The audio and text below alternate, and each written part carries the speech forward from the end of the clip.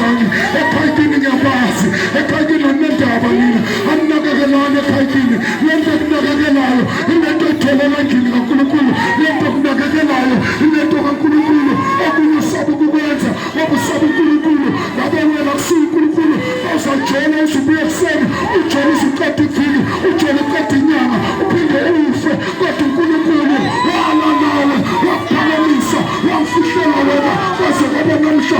My past preaching keeps you going. My past preaching keeps you going because God knew about your family.